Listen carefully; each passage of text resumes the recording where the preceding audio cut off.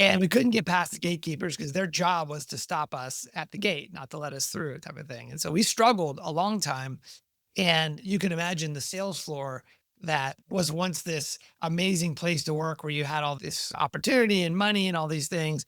And we had to go into that room and say, hey guys, we need to start picking up the phone and start making dials, start doing outbound dials. And they were not happy with that. A lot of resistance went into that. And when they would do it, we weren't that successful. I don't know if you've ever done much cold calling, or anyone listening to this has done a lot of cold calling. It is a high activity, low yield tactic. And it's psychologically very tough over the long run. It's getting told no over and over again. Frankly, it sucks. And so we struggled for a while until the founder came up with this. That was brilliant. But I am the world's biggest super fan. You're like a super fan. Welcome to the Business Superfans podcast.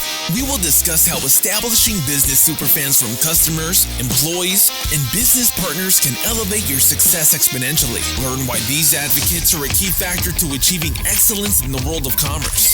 We discuss the invaluable insights of business owners who have successfully implemented the strategies in the book to build their own team of devoted superfans. Gain insightful knowledge from the experts who create applications that help you create passionate superfans. This is the Business Superfans podcast with your host, Freddie D. Ready!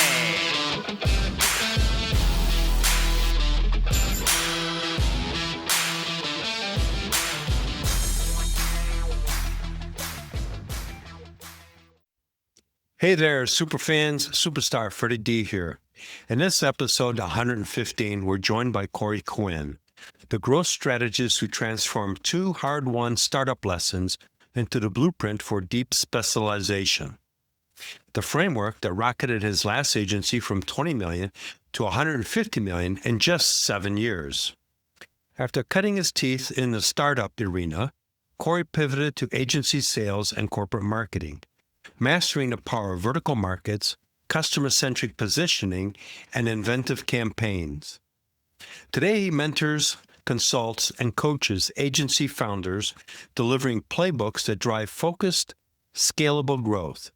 Get ready for an energetic dive into data-driven strategy, market focus, his new book, Anyone, Not Everyone, and the Art of Building Agencies That Thrive. Welcome, Corey, to the Business Superfans podcast. How are you this afternoon, Corey? Freddie, I'm doing great. Excited to be here. Yeah, we were just talking before we started recording. You're next door. You're in California, and I'm in Arizona. Yeah, So- it's last time I was in Arizona, it was beautiful, and I just love the desert. So I'm very fond of where you live over there. Yeah, that's why I've been here for a few days. Yeah, And it is unique. What's unique about this state is that different parts of the states are completely different. yeah, So you can go to the Northeast and it's all forest. Hmm. Most people don't realize it. We call it the high country, but you go to high country, the east side, and it's all pine trees, and you would never think you're in Arizona because there's no desert. that's not what I think of when I think of Arizona for sure. That's wild. Exactly. That's why I bring it up, is most people don't realize that. What's your backstory? I mean, you've got an interesting background. And so Yeah. today, you're working with agencies with Corey Quinn, which is your own business. Yeah. But how did you get Yeah. to where you are today?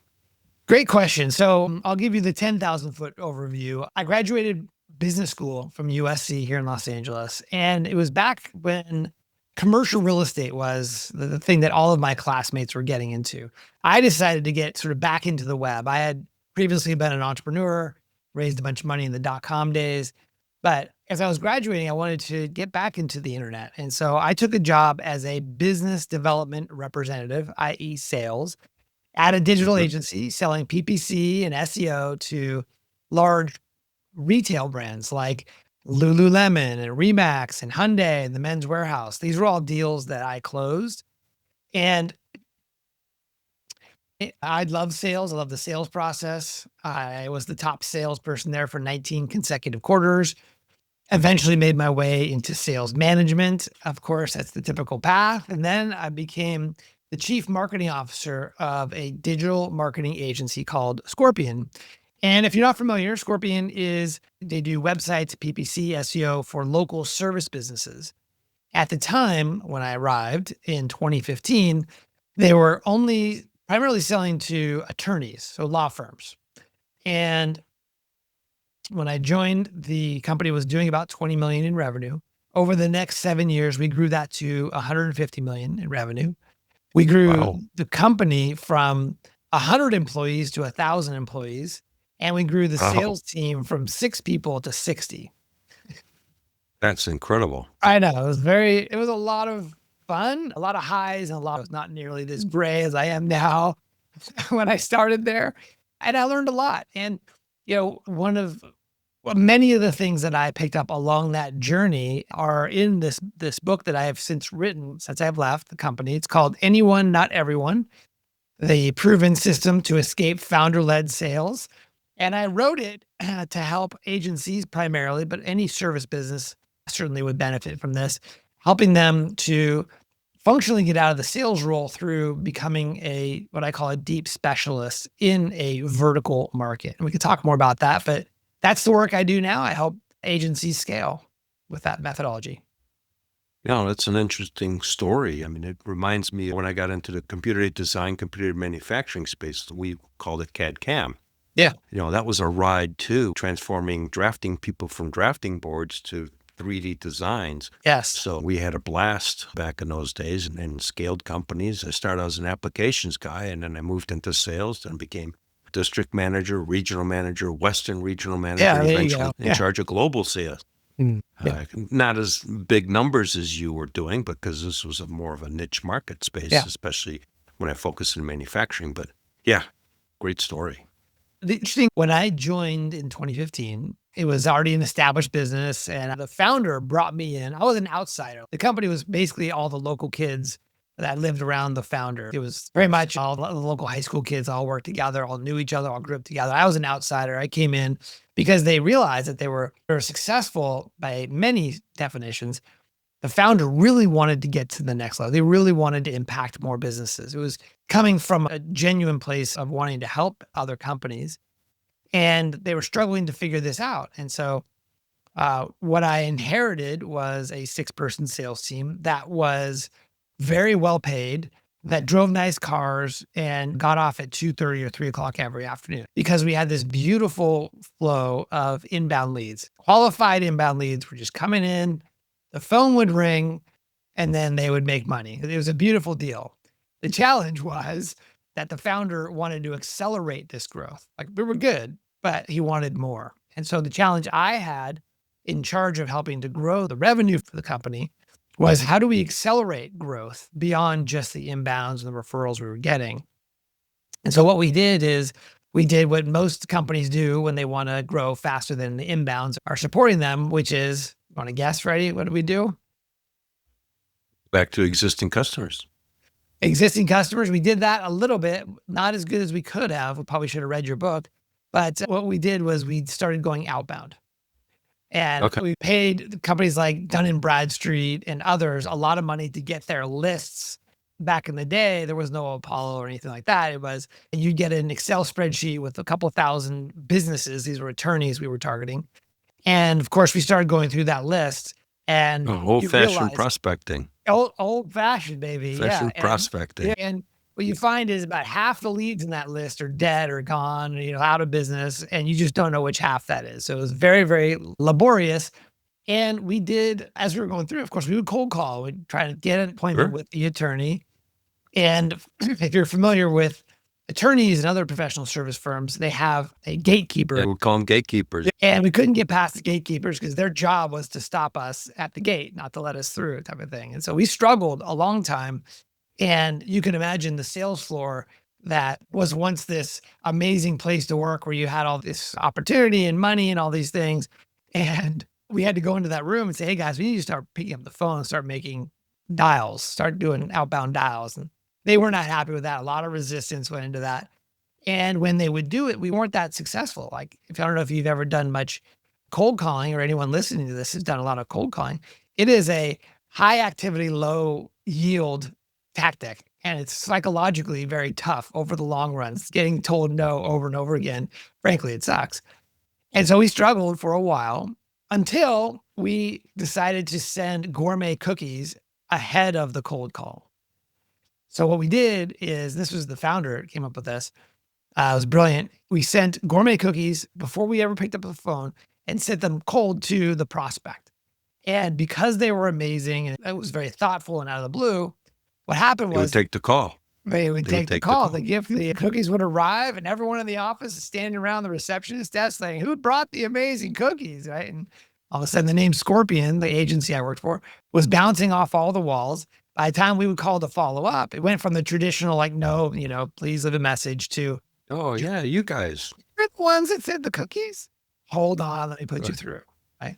And it's- right? It's a And game it- changer. Yeah, it changed. Go ahead. Well, you reminded me a couple things. Yeah. One was cold calling prospecting. Years ago, we went and this regional manager, no, it wasn't a regional, he was VP. And he flew everybody in until I was in Chicago at the time. And we went to Ohio and we were all in the room and we were all dialing. And I can't remember the sales guy's name, but every one of us was the same guy. Mm. We were cold calling for him. So I'll just say his name was John. So I would be saying it's John, setting up appointments. You'd be calling up and saying, "You're John." That other guy would be calling up and saying they're John. And everybody had a Wow. list. And we all pretended to be John. And we Wow. got some appointments for John. We crushed it all day long. We had party, lunch, fun blast. It was a fun day. Yeah. And that's how right. we made it fun so that it didn't get grinding. Yeah. Because, prospecting can get grinding. Yeah, absolutely. And the other thing that you bring up, I did something different, and I want to just share the story. Please, of course. I was selling into manufacturing space. And so what I would do is, you guys sent cookies. I would send a letter, but I had an ace up my sleeve. And it was inviting them to a lunch and learn to understand how the technology was transforming manufacturing. So it wasn't positioned as, "Hey, look how wonderful our software is." It's no, "Hey, look, the market's changing. You need to become aware of what's happening." And we were in executive suites, and I would hire the gals and then have them contact the guys Right. into the manufacturing space and invite them to lunch. Right. They would take the phone call. Yeah. Perfect. I love it. And so it was positioned so that they felt like, hey, I get to go have some free food, learn about something's going on, and maybe I get to hang out with the lady who called me too. Yeah. Right? Different approach, but Different similar approach. tactics. Exactly. And so we learned that this worked not just on a kind of experimental basis, but we figured out how to scale this over the long run. And so what we ended up doing at the end, that was the beginning state. The end state was we had these 60 salespeople, and every quarter we worked with them to develop a target list for this, what I call gift-based outbound. And every quarter, 250 of their leads would get a gift. And guess what they would do the rest of the quarter? Follow up on the gifts. Right. And then The money's rinse and in the repeat the follow-up. next quarter. Yeah, exactly. It's a much better follow-up. Salespeople are much easier, much more willing to follow up on a gift versus a cold call. Trust me.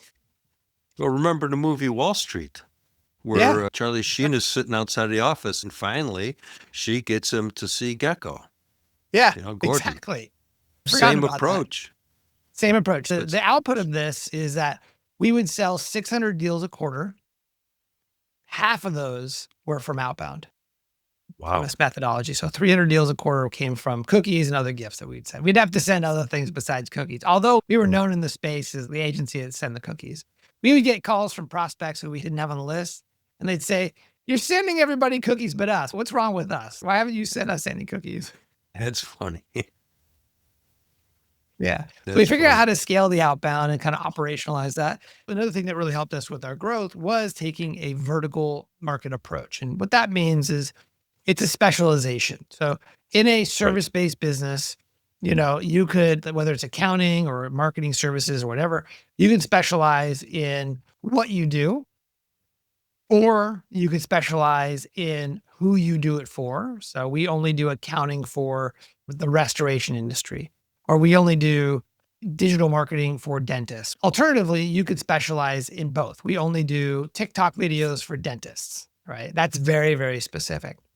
But what I found was at Scorpion, when I arrived, they were focused on attorneys. And that specialization being an expert in that space, having a lot of credibility and client success stories. That's what drove all the inbounds that existed when I got there.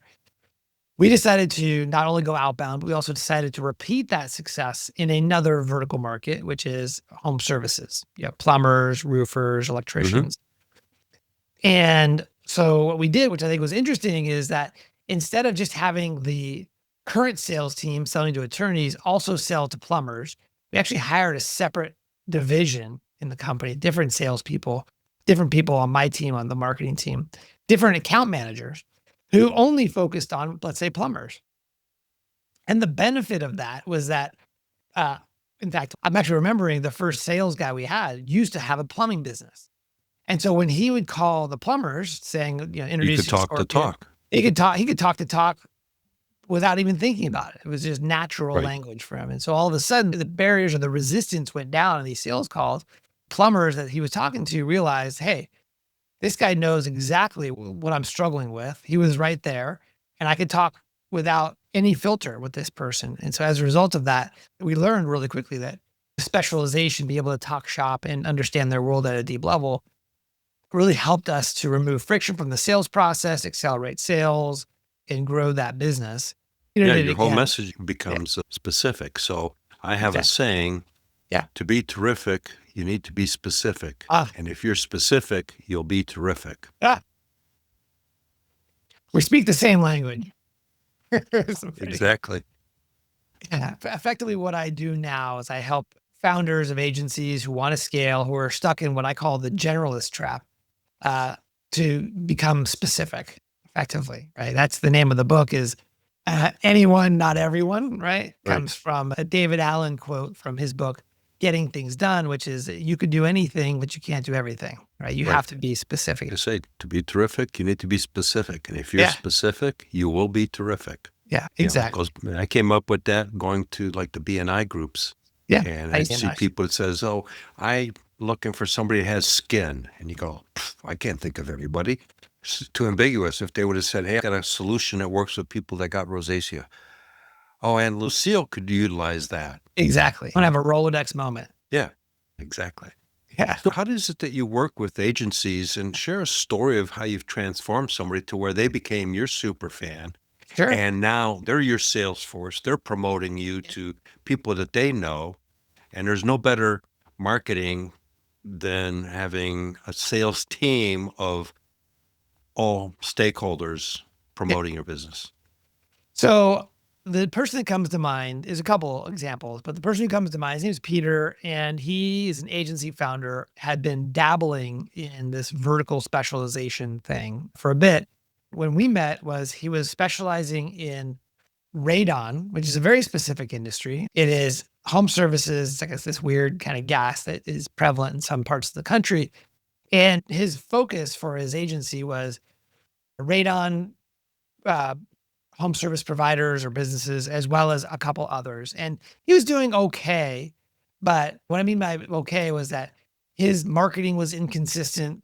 His messaging was inconsistent. It was very bland and broad, not specific and not terrific. I was frustrated because he felt like he was kind of doing what he should, but he wasn't really getting a lot of traction. What he really wanted was a predictable pipeline of growth. We worked together and analyzed who he's selling to. Instead of selling to radon companies as well as a couple others, he decided to go all in on radon. And we actually went through a process to understand what is the psychology or the how and why behind why radon companies hire an agency or maybe leave their old agency. We really codified that buying journey, if you will. We understood what the attributes are that cause someone to buy, what they're looking for.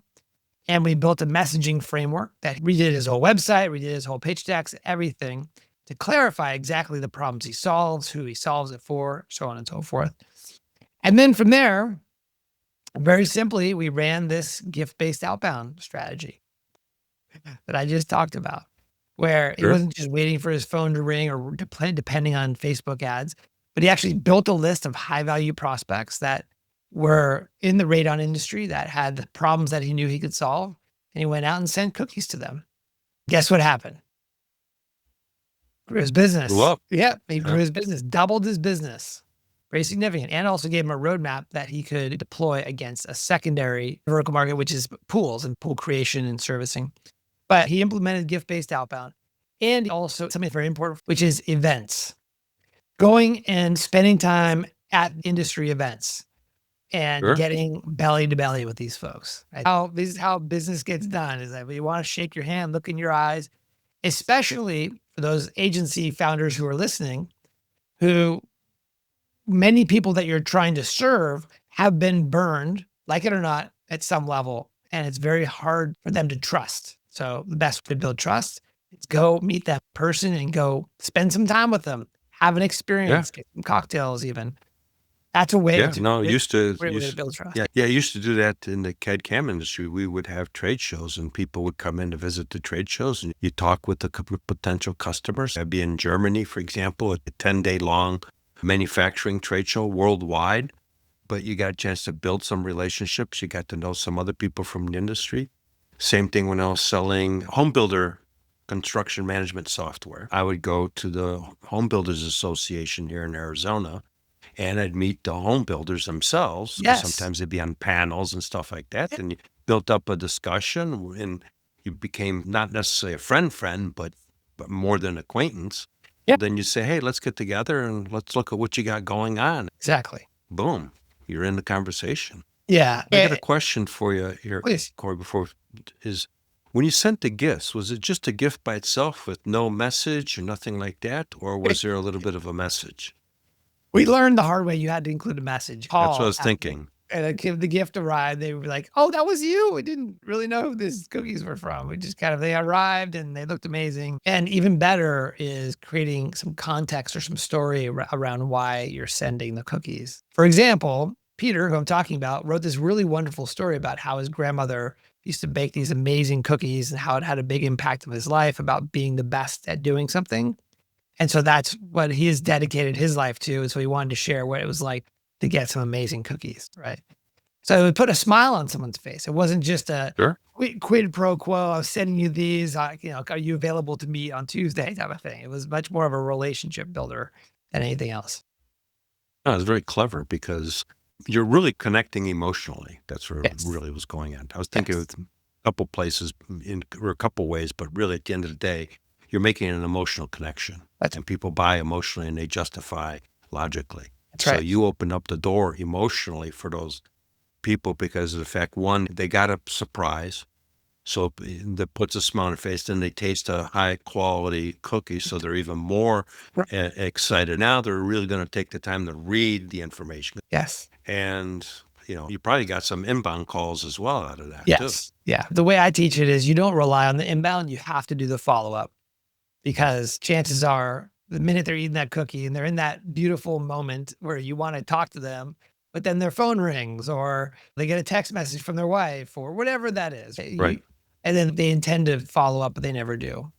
So you have to do the follow-up. It's critical. Follow up is everything. It really is the magic that transforms the opportunities because I have a saying that you've got a 15-minute window from an inbound lead that comes into Yes. your website to respond. If you don't respond within 15 minutes, it's Forget most about it. likely gone. Yeah.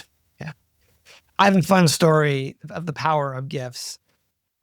This was a little bit different. We didn't send cookies, but it was a Scorpion salesperson. He was focusing on enterprise level big companies, larger multi-location franchise businesses.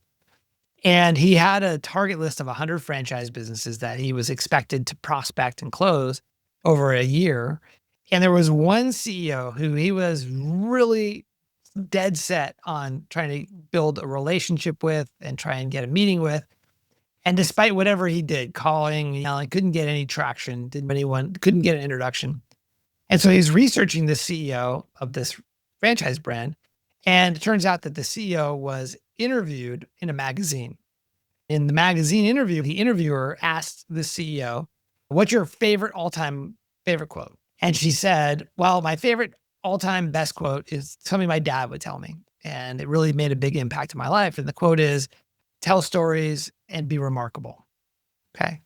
What Justin did, the Scorpion salesperson, is the minute he read that, he's like, okay, I have an idea. He went to Etsy, found an amazing artist who had them embroider the quote from her father onto a pillow and then sent that to her.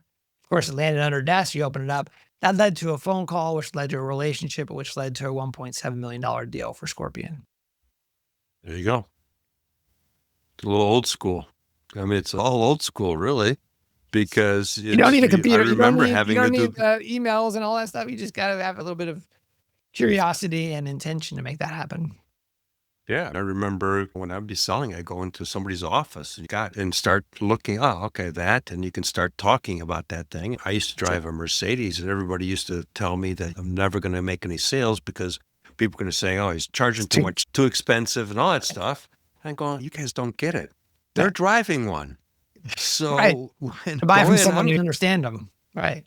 yeah, so I go in there, we'd be talking about cars, and the tech guys would be out there doing the tech stuff, and Yeah. we'd be BSing about cars and, the BMW, Mercedes, this, what'd you Yeah. have? Oh, I had that and stuff. It was fun.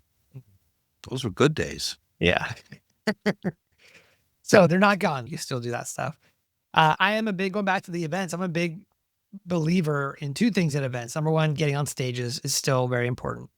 Especially if you're at an industry conference where your buyer is. So in the case of Peter, he went to the Radon industry conferences, got on their stages, would educate and train people. And of course, people would come to his booth after and want to ask more questions. And that's how it was really helpful for him. The other piece, which is great at events, is to create your own event. I don't care if it's going to the hotel bar and throwing down a credit card and inviting people to come hang out, or hosting a separate private event. But it is an event where you create a memory. There's a great book called The Experience Economy by Joseph Pine. And it was all about the marketing and the commercial impact of creating experiences with your prospects. And the quote that I love that he said was, if you didn't create a memory, it was not an economically viable experience. And so when you're thinking about going to a conference and getting away from the computers and getting in front of your ICP, your buyer in the real world, it's important not to just shake their hand, but also to invite them to some kind of amazing experience that would leave a memory. And I'll give you an example. In Vegas, of course, there's all these conferences, and we would go to this one conference called the International Franchise Association Conference. And it was always the one conference where all of our big buyers would be. And so what we did is we rented out the whole front row of the Britney Spears concert in Vegas, and we invited our best clients, our best prospects. That was something that I probably would have never done, but if someone gave me a ticket to that and said, let's go out to go get a steak dinner and go watch Britney Spears in the front row, I'd be like, I'm in, let's go, right? Sure. And that was the experience. That was the memory that we created. Of course, when we came back from the conference, we didn't talk about business or whatever. We talked about how Britney Spears was staring at Steve the whole time, right? And just like having a great memory. So that's another thing to keep in mind as you're doing these type of events.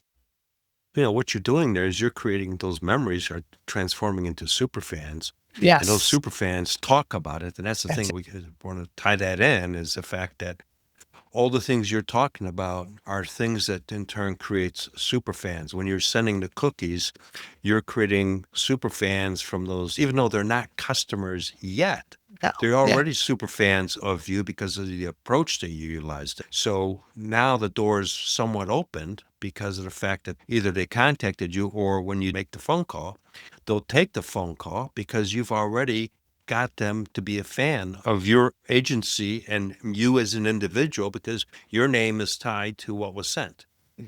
Exactly. Now, talk about super fans. Peter has referred me a lot of business, and I literally last week sent him a gift as a thank you. Yep. One of the things I did years ago, and I still do today, but there was no internet and any of that stuff, is especially when I was doing the manufacturing software, we would come into a company and we would do a whole presentation of the technology. And they'd have everybody in, the owner, the VP of the IT guy, and then they would bring in the shop floor guys, the guys who would be actually utilizing the software, okay? I made sure I got everybody's name. And then when I got back, I had a Mac at the time, and I had written some templates and template letters. Okay. Yeah. And I would print them out. I'd say, Corey, thank you for your time. Jim, thank you for that. Everybody got a personalized letter mailed to them at the job site. So the guys in the shop floor that never get anything, all of a sudden they get a letter saying, "Hey, Corey, thank you so much Yeah, for your that's time in all. the meeting last week. Your insight was valuable. We appreciate it. We look forward to working with you." My approach was also the sale was done, and I was already talking in that letter of our next steps and how we're Right. going to implement it. I love it. And what would happen is they would have a meeting and they'd decide on the vendor because there'd be 2, 3 of us that were bidding for the projects. And I would always win most of the time. I'd say probably about 90% of the time. Hmm. And when I ask is, why did you pick us? They says, well, we felt after the sale, you would provide the best support. Yeah. Isn't that But I interesting? had set that tone by the follow-up. And whether it's a gift, a letter, an email, text message, follow-up is really the goal. Yeah, that's absolutely true. And you're in many ways, especially in the world that I live in and spend time in, which is the agency space, the buying experience for prospects is not great. Those agencies that have a really beautifully designed, crafted sales experience, they have a great follow ups, thoughtful, intentional. That's a great way to stand out. That's a great way to communicate what you care about, which is ultimately the customer. Right. But it goes beyond that Yeah. because that's just a deal. Right. The real sale in my mind Yeah. is everything that happens after the deal Post because you sale. can get the deal, but if the whole customer journey is not a pleasant one, Yeah. you could have been the world's greatest sales guy and the best tactics and everything else, but it still falls apart because the back end, it to me is actually sometimes more crucial than the front end Yeah. because that's the whole experience. That aligns with my feelings as well, Freddie. The most important metric in an agency type of business, which is monthly recurring, is lifetime value. Yep. And the reason why that played in our favor at Scorpion was our clients would stay with us for 36 months, 24 to 36 months, and pay us every month all the way through. Our competitors, their clients would stay with them 6 to 12 months. What that meant was that every client that stayed with us would stay with us twice, 3 times as long. And therefore, every client was worth more to us. So therefore, guess what we could do? Spend more to acquire them. Because Sure. we knew we could make the money. So we would send better cookies. We would go and do bigger events at the conferences because the economics would work out in the end. Oh, absolutely. I still have people when I was doing some digital marketing stuff for a little while. I still have some customers that are, well, let's see, one of them is going on 15 years. I still do it part time because it's easy work. Yeah. But we still do business and we're talking 15 years later. So what you're talking about, and I just bring that up to really emphasize that it's the whole aspect of that whole experience afterwards Yes. is really the magic. Yes. It's the business. That's the business. Yeah. That's how you actually make a viable business. Yeah. Right. And those people, they've referred me business over the years. Yeah. It's great. So it's important, that whole aspect. So I really like what you're doing with the deep specialization because that's really, it goes back to be terrific. You need to be specific. And if you're Yes. specific, you'll be terrific. That's right.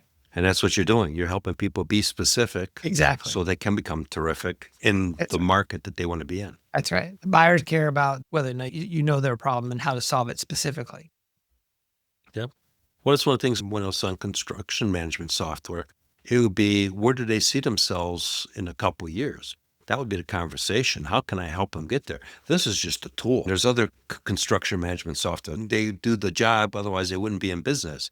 So I differentiated myself, which is what you're doing and you're helping your clients do is, okay, let's get out of the widget conversation. Let's get out of talking to strategy and how can we Yes. help you get to where you want to That's get right. to? And now it's a whole different conversation and money really doesn't become part of the conversation till the very end. And it's not even part of the issue anymore. Right. Because They're down the road. Yeah. you're already down the road. Right. Yeah. Yep. Yeah. Corey, as we're kind of wrapping up towards the end here, how can people find you?